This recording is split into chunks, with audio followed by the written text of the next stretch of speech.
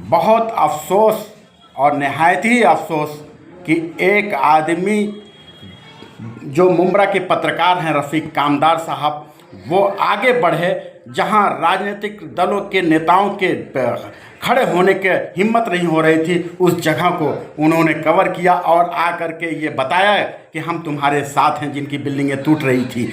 अब सवाल ये है कि आप जानते हैं, अच्छी तरह से जानते हैं कि राजनीतिक नेताओं के ग्राफ बहुत तेज़ी से नीचे हुए हैं, किसी को यकीन नहीं होता है। इसीलिए जब गैर राजनीतिक आदमी जो राजनीति से ताल्लुक़ नहीं रखता है वो आवाज़ उठाता है तो उसके पीछे कुछ लोग खड़े हो जाते हैं और ऐसे चंद लोग बहुत मुश्किल से मिलते हैं। तो उन्हीं में से रफ़ीक कामदार साहब हैं जिन्होंने आकर के अनम बिल्डिंग के पास खड़े होकर के, जब लोग रो रहे थे, बेसहारा थे, कोई पूछने वाला नहीं था, उस वक्त आकर के एक सहारा बन के खड़े हुए और कहा कि हम आपके साथ हैं, इस आंदोलन को खड़ा करेंगे, बिल्डिंग नहीं गिरने देंगे। और उन्होंने एक मजबूत आवाज़ लगाई कि अगर जान जाएगी तो मेरी जाएगी। उसके बाद कुछ लोगों ने साथ भी दिया और हुआ भी कि वो जब उसके आवाज़ को उठाते रहे तो कुछ लोग उनके साथ आए और 15 अगस्त को एकनाथ शिंदे जी के पास गए, जो उप मुख्यमंत्री हम सबके हैं, वो किसी भी पार्टी को हों लेकिन उप मुख्यमंत्री सबके होते हैं। तो वो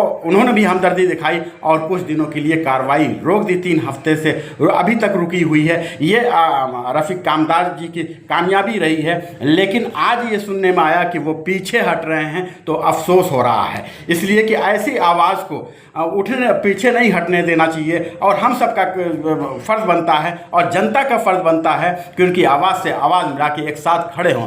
जबकि कुछ करप्ट पार्टियां नहीं चाहेंगी कि वो ऐसी आवाज़ आगे आए, वो तरह तरह की तोहमत लगाएंगे, बदगुमानी पैदा करेंगे और उससे रफ़ीक कामदार साहब से भी रिक्वेस्ट है कि इन सब चीज़ों पर ध्यान न दें और आगे बढ़ते रहें। करप्ट राजनीतिक दल के लिए किसी शायर ने क्या खूब कहा था कि जिनका मसलक हो मसले की तिजारत करना, वो कब चाहेंगे कोई मसला हल हो जाए, तो उन पर ध्यान न दीजिए और आप आगे बढ़ते रहिए। और जनता से हम अपील करेंगे कि रफ़ीक कामदार से उनको मिलें, उनसे कहें नहीं हम आपके साथ हैं, ऐसी आवाज़ को दबने न दीजिए, इसलिए कि अगर दब गई तो बिल्डिंग टूटने से कोई रोक नहीं सकता है। और रही बात यह कि इसमें राजनीतिक फ़ायदा कुछ लोग उठाना चाहेंगे, और उसी की वही शिकार हो रहे हैं। आप ये जानिए कि अगर जन आंदोलन खड़ा होता है तो गैर राजनीतिक आदमी ही जन आंदोलन खड़ा करता है और वही कामयाबी का ज़ामिन बनता है। शुक्रिया बहुत बहुत।